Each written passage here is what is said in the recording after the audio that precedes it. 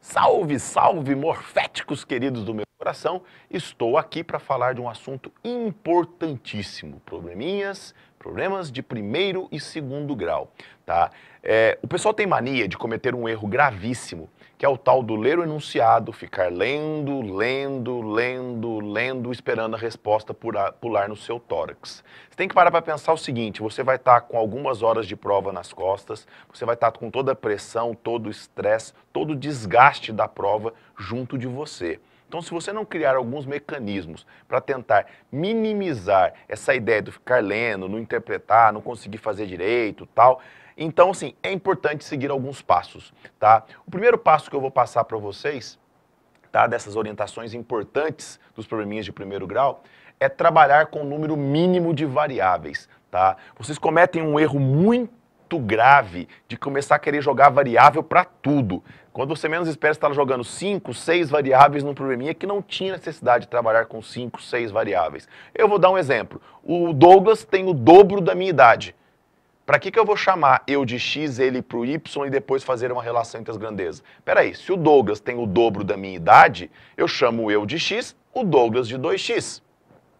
Pronto, eu sou x, o Douglas é o dobro da minha idade. Trabalhei com uma variável só.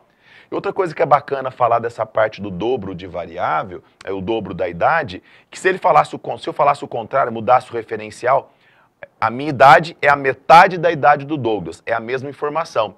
Só que tem aluno que faz o quê? Que ele não raciocina essa ideia de que é a mesma informação, e aí ele chama o Douglas de x e eu de x sobre 2.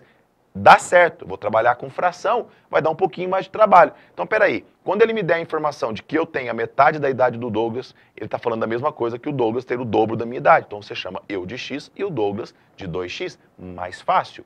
Mas uma coisa que é muito bacana, que aparece demais durante todo o nosso curso, vocês vão perceber isso daí, é a ideia de que sempre que for dado a quantidade total de duas grandezas, então, por exemplo, a minha idade e a do Douglas somadas são 100 anos, certo? Em vez de eu trabalhar a minha idade é x, a idade dele é y, o que eu faço? Eu falo que a primeira se torna x, a segunda se torna o total menos x. Então, nesse caso das idades, a primeira idade vai ser x, a outra vai ser 100 menos x. Olha o outro exemplozinho que eu criei aqui, ó. O salário de duas pessoas somados é R$ 1.200.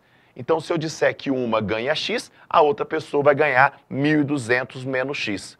Se eu disser para você que a soma das dimensões de base e altura de um retângulo é 12, que a gente chama de semiperímetro, quer dizer que uma dimensão vai valer x, a outra vai valer 12 menos x.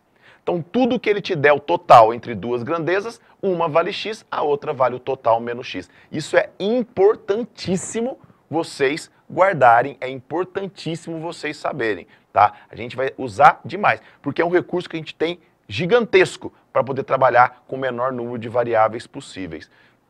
Então, dentro das orientações, não esquecer, organizar os dados. Não ler o enunciado sem anotar as informações. Então você tem que ler o enunciado, ir grifando as informações e colocando essas informações, ou em forma de tabela, ou simplesmente descrevendo o que você está lendo, para você poder ter uma visão mais ampla do que está acontecendo. Gente, eu mexo com isso há mais de 25 anos. Até hoje, quando eu vou resolver um probleminha, o que eu faço? Organizo os dados, organizo as informações. Perfeito? Tá. E terceira orientação, olha lá, em exercícios de idade, lembrar que o tempo passa igual para todos. Ou seja, daqui 10 anos, o Douglas vai ser 10 anos mais velho e eu vou ser 10 anos mais velho. Há 10 anos atrás, o Douglas era 10 anos mais novo e eu era 10 anos mais novo. O tempo passa igual para todos. Então, se eu tiver daqui N anos, tiver 7 pessoas, eu vou somar N para a idade de cada uma delas, porque todas elas vão envelhecer N anos. Há 5 anos atrás, todas elas eu tenho que tirar 5, porque é 5 anos a menos para todas as 7 pessoas. Isso é fundamental que vocês pensem. E exercício de idade envolve 3 tempos, passado, presente e futuro. Ficar muito ligado nesse tipo de exercício. Perfeito?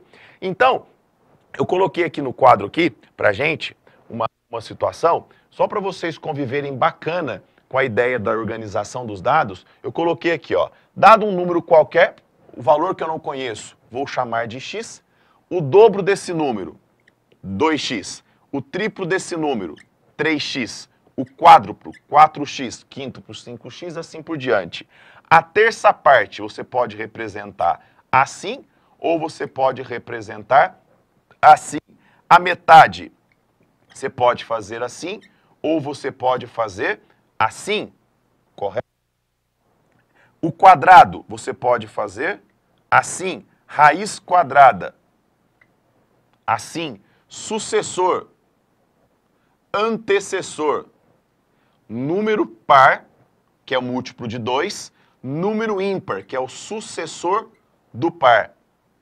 Oposto de x, inverso de x. São situações que podem aparecer para vocês aí, tá? É importante saber, é importante estar bem tranquilo nisso daqui, ó.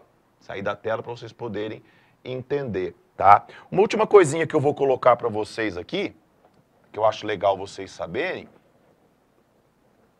que é quando ele fala assim, ó, a 2/3 da quinta parte. 2/3 da quinta parte. Então, peraí, 2/3 da quinta parte, você vai fazer 2/3 de x sobre 5. Então, é 2/3 de alguma coisa. Então, aqui vai ficar 2x sobre 15.